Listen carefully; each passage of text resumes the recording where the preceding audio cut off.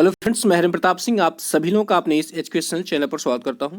Friends, आज हम लोग इस वीडियो में क्लास 12th के इंग्लिश सब्जेक्ट के एक लेसन जिसका नाम है लॉस्ट स्प्रिंग। आज हम लोग इस लेसन के लॉन्ग आंसर टाइप क्वेश्चन को स्टडी करेंगे। जो महत्वपूर्ण प्रश्न है मैंने उन्हीं प्रश्नों को लिया है। आज हम लोग उन प्रश्नों को स्टडी करेंगे। तो आइए फ्रेंड्स, हम लोग बिना समय गवाए शुरू करते हैं। देखिए, यहाँ पर फर्स्ट क्वेश्चन आपके सामने दिया गया है। आइए इसको पढ़ते हैं और समझते हैं। इसमें कह रहा है कि garbage to them is gold. इसमें कह रहा है कि गार्बेज टू देम, उनके लिए जो कचरा है, इज गोल्ड, सोना है। How do rag pickers of Seemapuri survive. कह रहा है कि जो सीमापुरी के रैक पिकर्स थे, जो सीमापुरी के कचरे बिलने वाले थे, वे कैसे सर्वाइव करते थे, मतलब कैसे कैसे अपना जीवन जीते थे। इसमें कह रहा है कि गार्बेज टू देम, उनके लिए जो कूड़ा करकट था, जो कचरा था, गोल्ड था, मतलब उनके लिए सोना था। इनके लिए जो रैक पिकर्स थे, जो कचरे बिनने वाले थे। फिर कह रहा है कि how do rag pickers of Seemapuri survive, कि जो सीमापुरी के जो रैक पिकर्स थे वो कैसे सर्वाइव करते थे, कैसे जीते थे। इसका आंसर स्क्रीन पर आपके सामने है। आइए इसको पढ़ते समझते हैं। कह रहा है कि सीमापुरी से slum on the outskirt of Delhi. जो सीमापुरी है वो एक स्लम है, एक गंदी बस्ती है या झुग्गी झोपड़ी है। On the outskirt of Delhi, Delhi की वाय सीमा पर। जो सीमापुरी है दिल्ली की वाय सीमा पर, एक क्या है, एक स्लम है, एक गंदी बस्तियां हैं। Mostly populated by illegal migrant from Bangladesh. और यह जो है कह रहे अधिकांशतः पॉपुलेटेड है, मतलब इसमें अधिकांशतः जनसंख्या बसी हुई है illegal migrant from Bangladesh. Bangladesh के जो इलीगल माइग्रेंट हैं, बांग्लादेश के जो इलीगल माइग्रेंट है, इलीगल मतलब जो अवैधानिक प्रवासी हैं, जो बांग्लादेश से वहाँ पर यहाँ आ गए हैं, लेकिन यहाँ के वो निवासी नहीं है, बांग्लादेश से यहाँ प्रवास करके आ गए हैं। बहुत सारे लोग हमारे देश में रह रहे हैं जो बांग्लादेश पाकिस्तान से आ गए हैं, लेकिन उनको जो है यहाँ पर कानूनी रूप से सिटीजनशिप की मान्यता नहीं मिली है, नागरिकता की मान्यता नहीं मिली है, तो वो लोग क्या है, इलीगल माइग्रेंट हैं। नेक्स्ट है, कह रहा है कि whose families came here during 1971। उनका परिवार जो है यहाँ पर 1971 के दौरान आया था। Now the number about 10,000 person. कह रहा है कि now the number about 10,000 person, अब उनकी संख्या जो है 10,000 व्यक्ति पहुंच गए हैं, उनकी जनसंख्या जो है 10,000 हो गई है। Whose main profession is rag picking, जिनका जो सबसे प्रमुख प्रोफेशन है, सबसे प्रमुख काम है, वो है रैक पिकिंग है। रैक पिकिंग मतलब उनका सबसे प्रमुख कार्य जो है, या सबसे प्रमुख धंधा या व्यवसाय जो है, वह कचरा बिनना है। They live here without identity. यह वे यहाँ पर बिना किसी आइडेंटिटी के रहते हैं। जैसे हम लोग रहते तो हम लोग का आधार कार्ड है, पहचान पत्र है और पैन कार्ड है, सारी चीज़ें हैं। तो कह रहा है वे यहाँ पर बिना किसी आइडेंटिटी के रह रहे हैं। क्योंकि वे इलीगल माइग्रेंट हैं। And have no basic amenities, उनको जो है बेसिक सुविधाएं नहीं हैं। But still they are happy, लेकिन फिर भी वे खुश हैं। बिकॉज क्योंकि दे गेट राशन, क्योंकि उन्हें राशन मिलता है। विच मीन्स फूड, जिसका मतलब भोजन होता है। करें कि और ये भोजन क्या है, करें more important then an identity, और भोजन जो है आइडेंटिटी से ज़्यादा महत्वपूर्ण है। ये जो इलीगल माइग्रेंट बांग्लादेश के आए हुए हैं, इनके पास अपनी कोई आइडेंटिटी नहीं है। जैसे हम लोगों के आधार कार्ड है, बाकी चीज़ें हैं अपना पहचान बताने के लिए, तो इनके पास नहीं है, लेकिन इनके पास राशन कार्ड है जिससे इनको भोजन मिलता है। और कह रहा है कि भोजन जो है आइडेंटिटी से ज़्यादा महत्वपूर्ण है। नेक्स्ट है, कह रहा है कि rag picking is their only means of survival. जो रैक पिकिंग है, कचरा बिनना है, कचरा बिनने का जो उनका काम है, कह रहा है ओनली मीन्स ऑफ सर्वाइवल, कह रहा है कि केवल उनका एकमात्र जो है जीवित रहने का साधन है। मीन्स ऑफ सर्वाइवल का मतलब जीवित रहने का साधन। बिकॉज क्योंकि they are able to find some saleable item thrown in the rubbish dump which can be traded for cash. कह रहा है कि क्योंकि they are able to find, क्योंकि उनको मिल जाता है सम सेलेबल आइटम, कुछ बेची जाने वाली चीज़ें, थ्रोन इन रबिश डंप, जो कि उस कूड़े करकट के ढेर पर फेंका गया होता है, विच can be traded for cash, जिससे वे दे करके नगद ले सकते हैं। इसका कहने मतलब ये है कि अधिकांशतः वे कूड़ा कचरा बीनते समय उन्हें ऐसी चीज़ें मिल जाती हैं जिससे वे नगद में बेच करके वो पैसे ले सकते हैं। कभी कभी मूल्यवान चीज़ें भी मिल जाती हैं, कभी नोट्स भी, रुपए नोट भी मिल जाते हैं, कॉइन्स भी मिल जाते हैं। कभी कभी तो ऐसा भी होता है कि उनको कुछ छोटे मोटे आभूषण भी मिल जाते हैं। तो उसी संबंध में कह रहा है समटाइम्स, कह रहा है कि कभी कभी दे डिस्कवर इवन करेंसी नोट्स इन रबिश। कह रहा है कभी कभी उन्हें जो है उस रबिश में अर्थात उस कूड़े कचरे के ढेर में उनको करेंसी भी मिल जाती है, मतलब नोट भी मिल जाता है। According to the author, author के अनुसार it is their daily bread, यह उनकी रोजी रोटी है। A roof over their head, उनके सिर के ऊपर छत है। चूंकि यहाँ पर गलत हो गया है, रूफ होना चाहिए, यहाँ पर ये रूफ रहेगा। फिर से बता दूं, कह रहा है कि according to the author, author के अनुसार it is their daily bread, ये उनकी रोजी रोटी है। और रूफ ओवर देयर हेड, उनके सिर के ऊपर छत है। उसका कहना मतलब इसी की वजह से उनके सिर के ऊपर छत भी है, सर छुपाने की जगह भी मिलती है। Even if it is lacking roof, कह रहा है भले ही यह जो है एक रिसती हुई छत होती है, भले ही बारिश हो तो उसमें से पानी रिसने लगता है। दस इस प्रकार it is equivalent to gold for them, इसलिए यह जो उनके लिए जो कूड़ा करकट है या जो कचरा है वह किसके समान है? यह जो है equivalent to gold for them, उनके लिए गोल्ड के इक्विवेलेंट है, मतलब गोल्ड के समान है।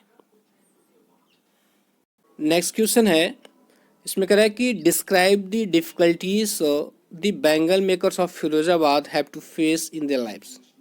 इसमें कह रहा है कि डिस्क्राइब, वर्णन करिए, द डिफिकल्टीज, उन कठिनाइयों का, the bangle makers of Firozabad, जिन कठिनाइयों को फिरोजाबाद के जो बैंगल मेकर्स थे अर्थात जो चूड़ी बनाने वाले थे, हैव टू फेस, सामना करना पड़ता था, इन देयर लाइफ्स, अपने जीवन में। अर्थात पूरा कहने का ये मतलब है कि फिरोजाबाद के चूड़ी बनाने वालों को जिन कठिनाइयों का अपने जीवन में सामना करना पड़ता था उन कठिनाइयों का वर्णन करिए। देखिए इसका आंसर है the bangle makers of Firozabad और expose to multiple health hazards while working. इसमें कह रहा है कि जो फिरोजाबाद के बैंगल्स मेकर थे, चूड़ी बनाने वाले थे, वे क्या expose to multiple health hazards with working, कि वह जो है उन्हें जो है मल्टीपल हेल्थ हैजार्ड्स, मतलब कई शारीरिक परेशानियों का सामना करना पड़ता था, कह रहा है वाइल वर्किंग, काम करते समय। जो फिरोजाबाद के बैंगल मेकर्स थे उनको जो मल्टीपल हेल्थ परेशानियां होती, मतलब कई प्रकार की शारीरिक परेशानियां होती थी काम करते समय। मेनी ऑफ देम और चिल्ड्रेन, उनमें से अधिकांश लोग बच्चे थे, who work near lot furnaces, जो कार्य करते थे नियर हॉट फर्नेसेस, गर्म भट्टियों के पास, ड्यूरिंग डे लाइट, दिन के समय जो है इन बच्चों को गर्म भट्टियों के सामने काम करना पड़ता था। Often losing their eyesight before adulthood, और कह रहा है कि often losing their eyesight, वे अपनी आई साइट खो देते थे, अपनी आंखों की दृष्टि खो देते थे, बिफोर एडल्टहुड, वयस्क होने से पहले ही, मतलब वयस्क होने से पहले ही, बड़े होने से पहले ही वे अपनी आंखों की दृष्टि खो देते थे। Years of mind numbing toil, कह रहा है कि वर्षों की माइंड नंबिंग टॉयल, दिमाग को शून्य कर देने वाले परिश्रम के बाद, हैव किल्ड एन इनिशिएटिव, किसमें कह रहा है कि ईयर्स ऑफ माइंड नंबिंग तो मस्तिष्क को शून्य करने वाली, दिमाग को शून्य करने वाली, 12 परिश्रम, कह रहा है कि वर्षों की दिमाग को शून्य करने वाला उनका परिश्रम जो है, मतलब अत्यधिक परिश्रम, हैव किल्ड एन इनिशिएटिव, कह रहा है कि उनके अवसर को मार देता था या उनके नेतृत्व को मार देता था, विल पावर, उनकी इच्छा शक्ति को मार देता था, एंड एबिलिटी, और उनकी योग्यता को मार देता था, कह रहा है कि to even think of and the profession, कि वह किसी दूसरे व्यापार के बारे में सोचे। कि इसमें यह कहना चाह रहा है कि जो उनका ईयर्स, इसमें कह रहा है कि ईयर्स ऑफ माइंड नंबिंग 12, जो दिमाग को शून्य करने वाला उनका परिश्रम था, वो किल्ड, मार देता था या समाप्त कर देता था, किसको? इनिशिएटिव, उनके अवसर को या उनके नेतृत्व को, उनके विल पावर को, इच्छा शक्ति को, एंड द एबिलिटी और उनकी योग्यता को, कौन सी योग्यता, to even think of taking up another profession, कि दूसरा व्यवसाय करने की उनकी योग्यता को मार देता था। मतलब वो किसी काम लायक नहीं रह जाते थे, केवल वही काम कर सकते थे। They are not able to organise themself, वे अपने को ऑर्गेनाइज नहीं कर सकते थे, अपने को संगठित नहीं कर सकते थे इनटू कोऑपरेटिव में, अर्थात सहकारी संस्था के रूप में वो अपने को संगठित नहीं कर सकते थे। कोऑपरेटिव मतलब होता है जहाँ पर कई लोग मिल करके किसी कार्य को करते हैं। ड्यू टू बुलिंग, बुलिंग का मतलब होता है डराने धमकाने के कारण, एंड एक्सप्लॉयटेशन और अवशोषण के कारण, शोषण के कारण, बाय द पॉलिटिशियन, राजनीतिज्ञों के द्वारा, अथॉरिटीज, अधिकारियों के द्वारा, मनी लेंडर, साहूकारों के द्वारा, एंड मिडलमैन और दलालों के द्वारा। मैं एक बार फिर से इसको बता देता हूँ। इसमें कह रहा है कि they are not able to organise themself into a cooperative, वे अपने आप को कोऑपरेटिव में ऑर्गेनाइज करने के योग्य नहीं थे। मतलब अपने आप को सहकारी संस्थाओं के रूप में वह जो है वो अपने को संगठित नहीं कर सकते थे। किसके कारण कह रहा है, ड्यू टू बुलिंग, डराने धमकाने के कारण, एंड एक्सप्लॉयटेशन और शोषण के कारण, बाय द पॉलिटिशियंस, राजनीतिज्ञों के द्वारा, अथॉरिटीज, अधिकारियों के द्वारा, मनी लेंडर्स, साहूकारों के द्वारा, एंड मिडलमैन और दलालों के द्वारा। मतलब ये लोग उनको डराते और धमकाते थे, इससे वो संगठित नहीं हो पाते थे। कह रहा है कि they live in stinking lands, कह रहा है कि वह जो है उस गंदी गलियों में रहते थे, चौक्ड विद गार्बेज, जो कूड़े कचरे से भरी रहती थी, having homes with crumbling walls, उनके जो घर होते थे क्रम्बलिंग वाल्स मतलब टूटी फूटी दीवालों के घर होते थे, ओबली डोर्स, उनके हिलते हुए दरवाजे होते थे, नो विंडोज, कोई खिड़की नहीं होती थी, over crowded with families of humans, जो करा कि और जो मनुष्य के परिवारों से क्या थी, ओवर क्राउडेड थी। मतलब उनके घरों में उस गंदे स्थान पर, छोटी जगह में भी ओवर क्राउडेड में बहुत काफ़ी लोग रहते थे, एंड एनिमल्स और जानवर, एंड एनिमल्स को एग्जिस्टिंग, और जो है इसमें जानवर भी जो है साथ साथ रहते थे, इन ए प्राइमेवल स्टेट, कह रहा है कि आदिम जमाने की भांति जो है वह जो है जिस घरों में रहते थे उसकी दीवार जो है टूटी फूटी थी, उनके दरवाजे हिलते थे, उसमें खिड़कियां नहीं होती थी, और ढेर सारे लोग भरे होते थे, और उसके साथ जानवर भी एक साथ रहते थे, जिस प्रकार आदिम जमाने में लोग रहा करते थे। They have not even enjoyed even one full meal, यहाँ मील होना चाहिए, तो यहाँ पर मील होगा, मील मीन्स भोजन होता है। कह रहा कि they have not even enjoyed one full meal in their entire life time, कह रहा कि वो अपने संपूर्ण जीवन में उन्हें एक भी बार जो है उन्होंने फुल मील, एक पूरा भोजन नहीं किया, मतलब उनको भरपेट भोजन नहीं मिला। बिकॉज ऑफ देयर पॉवर्टी, अब उनकी गरीबी के कारण जो है उनको पूरे एंटायर लाइफ में, पूरे जीवन में कभी एक फुल मील नहीं मिला, एक भरपेट भोजन नहीं मिला। दीज आर सम डिफिकल्टीज, कह रहा यही कुछ कठिनाइयाँ हैं which this people have faced, जिसे जो है इन लोगों ने सहन किया है। देखिए नेक्स्ट है इसमें क्वेश्चन, इसमें कह रहा है कि how is Mukesh attitude towards his situation different, किस प्रकार जो मुकेश का एटीट्यूड है या मुकेश का जो विचार है किस प्रकार अलग है फ्रॉम दैट ऑफ माई साहेब की अपेक्षा, किस प्रकार मुकेश का जो विचार है वो साहब की अपेक्षा अलग है। वाई, क्यों, कह रहा है कि क्यों ऐसा है कि मुकेश का एटीट्यूड जो है साहब की अपेक्षा अलग है।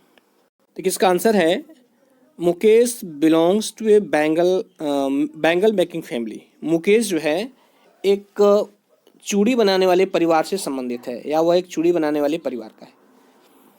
But he is not content with this profession, लेकिन वो अपने इस प्रोफेशन से संतुष्ट नहीं है या इस व्यवसाय से संतुष्ट नहीं है। ही डेयर्स टू ड्रीम, वह जो है स्वप्न देखने का साहस करता है। डेयर का मतलब साहस करना, ही डेयर्स टू ड्रीम, वो स्वप्न देखने का साहस करता है। अब बिकमिंग ए कार मैकेनिक, एक कार मैकेनिक बनने का, अर्थात वह एक कार मैकेनिक बनने का स्वप्न देखता है या स्वप्न देखने का साहस करता है। He has strong will power, उसके पास एक दृढ़ इच्छा शक्ति है। एंड वांट्स टू अचीव, और वह प्राप्त करना चाहता है व्हाट ही ड्रीम्स, जो वह स्वप्न देखता है। तो जो वह स्वप्न देखता है उसको प्राप्त करना चाहता है। Unlike other people in his family, वह जो है अपने फैमिली के दूसरे लोगों से क्या है, अनलाइक मतलब अलग है। इन कंट्रास्ट टू दिस, इसके विपरीत, कंट्रास्ट मतलब विपरीत, कह रहा है कि इन कंट्रास्ट टू दिस, इसके विपरीत साहेब इज ए रैग पिकर, जो साहेब है वह एक रैग पिकर है। रैग पिकर मतलब कचरा बीनने वाला। Who is content with his life, जो अपने जीवन से संतुष्ट है। बट लेकिन बिकम्स अनहैप्पी, लेकिन वह दुखी हो जाता है। When he gets a job, जब उसे एक जॉब मिलती है, नौकरी मिलती है। एट द टी स्टॉल, चाय की दुकान पर जो उसको एक नौकरी मिलती है, तो वो क्या हो जाता है, वह दुखी हो जाता है। इवन दो, भले ही नाउ ही अर्न्स मोर, अब वह ज़्यादा कमाता है। एंड ऑन रेगुलर बेसिस, और एक नियमित आधार पे नियमित आधार पे कमाता है। साहेब इज अनहैप्पी, साहेब जो है दुखी है, भले ही वह जो है नियमित आधार पर कुछ ज़्यादा कमा रहा है, लेकिन वह दुखी है। बिकॉज क्योंकि he has lost his independence, क्योंकि वह अपनी इंडिपेंडेंस खो चुका है, अर्थात अपनी स्वतंत्रता खो चुका है। Which he had as a rag pickers, जो स्वतंत्रता उसे एक रैग पिकर्स के रूप में थी, मतलब जो वह कचरा बीनता था, जो स्वतंत्रता उसके पास थी, वह स्वतंत्रता खो चुका है। क्योंकि वह जो है अपना मालिक था, अपने काम का मालिक था, जब चाहे जब तक बीनता, जब चाहे घर आ जाता। लेकिन यहाँ पर जब किसी की नौकरी करो तो उसी के अनुसार कार्य करना पड़ता है। हाउएवर साहेब एक्सेप्ट्स हिज न्यू सिचुएशन, कह रहा है कि साहेब जो है कितना हूँ इस नए स्थिति को स्वीकार कर ले। उसमें कह रहा है कि भले ही वह जो है इस स्थिति को स्वीकार कर ले, लेकिन वह जो है अपनी जो इंडिपेंडेंस थी, अपनी स्वतंत्रता थी, वो खो चुका है।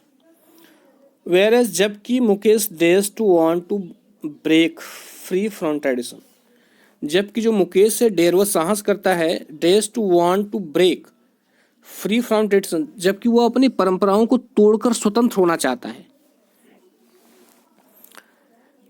दिस इज बिकॉज, यही कारण है कि Mukesh is more courageous, Mukesh कहीं ज़्यादा साहसी है, एंड डिटरमाइंड, और दृढ़ निश्चयी है, देन साहेब की अपेक्षा। वह नेक्स्ट क्वेश्चन देखते हैं।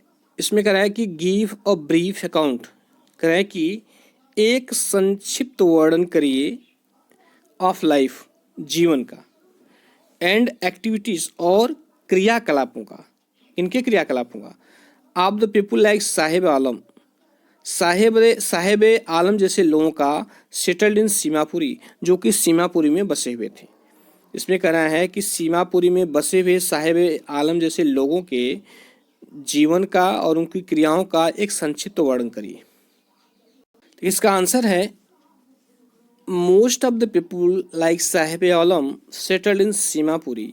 इसमें कह रहा है कि मोस्ट ऑफ द पीपुल, अधिकांश लोग, लाइक साहेब आलम की भांति, सेटल इन सीमापुरी, जो सीमापुरी में रहते थे, वह रिफ्यूजीज फ्रॉम बांग्लादेश, वह बांग्लादेश से बांग्लादेश के शरणार्थी थे, या बांग्लादेश से आए हुए शरणार्थी थे, जो सीमापुरी में रहते थे। Who had fled their country, जो अपने देश से भाग गए थे या देश को छोड़ चुके थे। And migrated to Delhi from Dhaka, और ढाका से दिल्ली में आ गए थे। In the wake of the 1971 Indo Pak war, करा कि 1971 में भारत पाकिस्तान युद्ध के समय वे जो है ढाका से दिल्ली में माइग्रेट कर गए थे। There dwelling were structures of mud, उनका जो निवास था वो स्ट्रक्चर ऑफ मड था, मतलब मिट्टी का बना हुआ था, टीन का बना हुआ था, एंड टारपोलिन मतलब त्रिपाल का बना हुआ था।